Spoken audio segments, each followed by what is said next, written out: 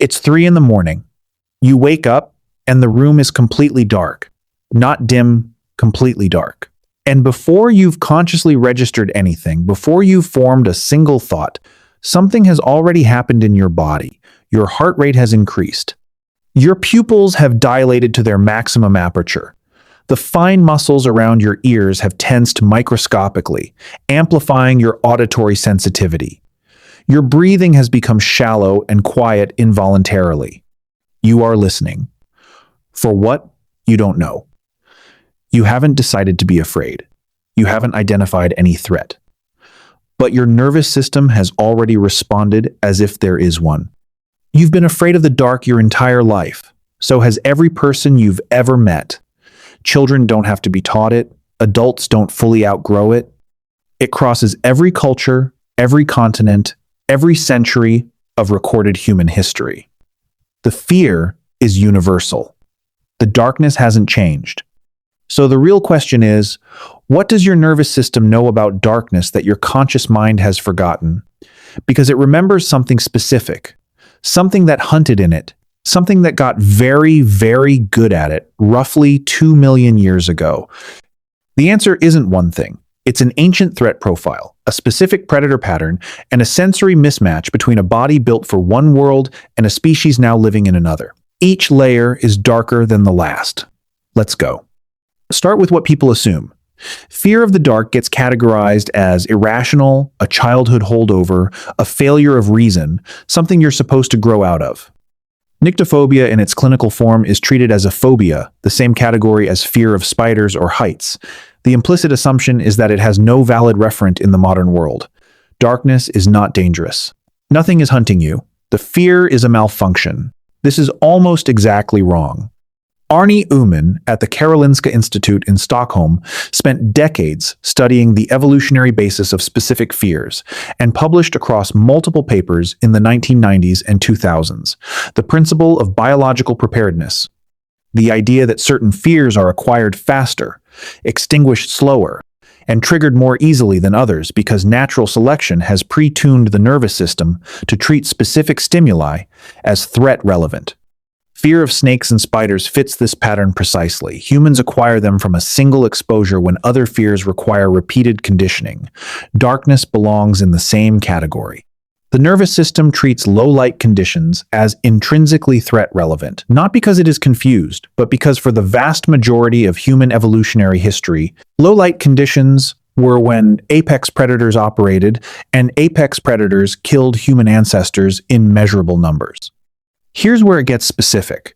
The predator that shaped human darkness fear most profoundly is not the wolf, not the bear, not the crocodile. The primary shaper was the leopard.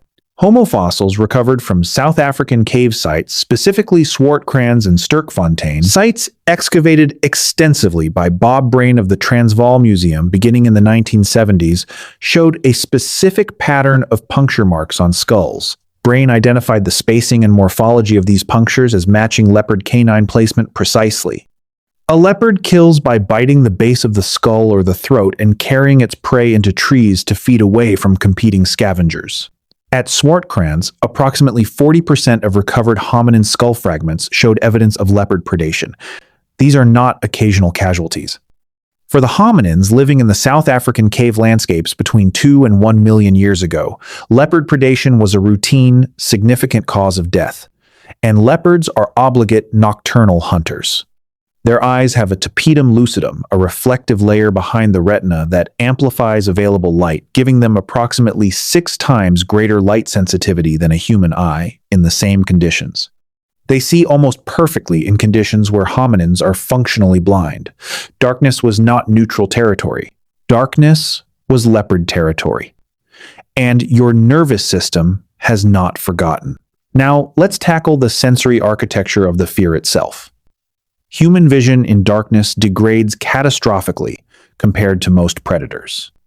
The human eye has a fovea, a central region of the retina packed with cones for high-resolution, color, daytime vision, but relatively sparse rod coverage in the peripheral regions compared to nocturnal predators. In darkness, cone function ceases almost entirely, and rod vision, which is low-resolution, monochromatic, and most sensitive in the peripheral field takes over. The result is that humans in complete darkness have functional, central vision that is nearly useless, and peripheral vision that detects motion but not form. You can see something move at the edge of your visual field in the dark. You cannot see what it is. This is precisely the threat scenario that activates the most severe anxiety response detection of potential threat without identification.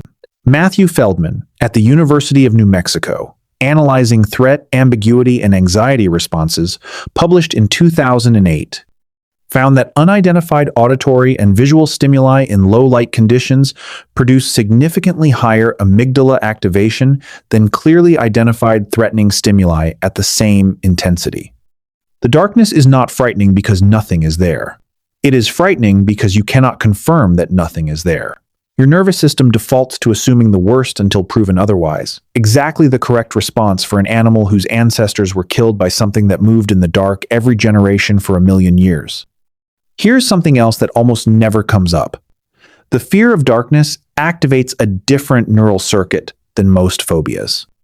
Dean Mobbs at Cambridge University and colleagues published a 2007 paper in Science mapping the neuroscience of predatory threat and found a distinction between two fear systems: distal threat, where the predator is far away and the prefrontal cortex is engaged in strategic threat assessment, and proximal threat, where the predator is close and the periaqueductal gray, a much older subcortical brain region, takes over, bypassing cortical processing entirely and triggering automatic defensive responses.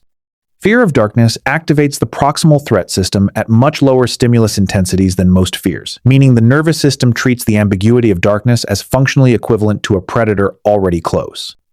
You are not afraid that something might be in the dark. You are afraid in a way that assumes something already is.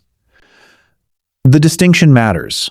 Your cortex may rationally assess the situation and conclude you are safe. But the periaqueductal gray running below conscious access, drawing on 2 million years of direct predation experience, is already in proximal threat mode. It does not take instruction from your rational assessment. It is older, it is faster, and in the world it was built for, it was right. So here's the part nobody tells you. The children who are most afraid of the dark are not more irrational than children who aren't. They are expressing a nervous system response that is calibrated more sensitively to a real historical threat. The data on nyctophobia show that mild to moderate fear of darkness is not associated with any other anxiety pathology. It exists independently as a standalone trait, which is exactly what you'd expect from a specifically evolved threat response, rather than a generalized anxiety disorder. The fear is not a malfunction. It is a report from a nervous system that carries the memory of being hunted. The memory is not conscious. It was never stored in a form that could be recalled deliberately. It is encoded in the architecture of the amygdala, in the sensitivity of the startle reflex in low light, in the way your pupils dilate before you decide to be afraid. It is older than language. It predates the word for darkness by hundreds of thousands of years. It's 3 a.m. The room is completely dark. Your heart rate is up. Your ears are tuned. Your breathing is shallow and quiet, involuntarily. Something in the oldest part of your brain is running a scan that it has run every night for 2 million years, in every generation of every ancestor who survived long enough to become you. The scan comes back with no confirmed threat, but it doesn't power down. It keeps running.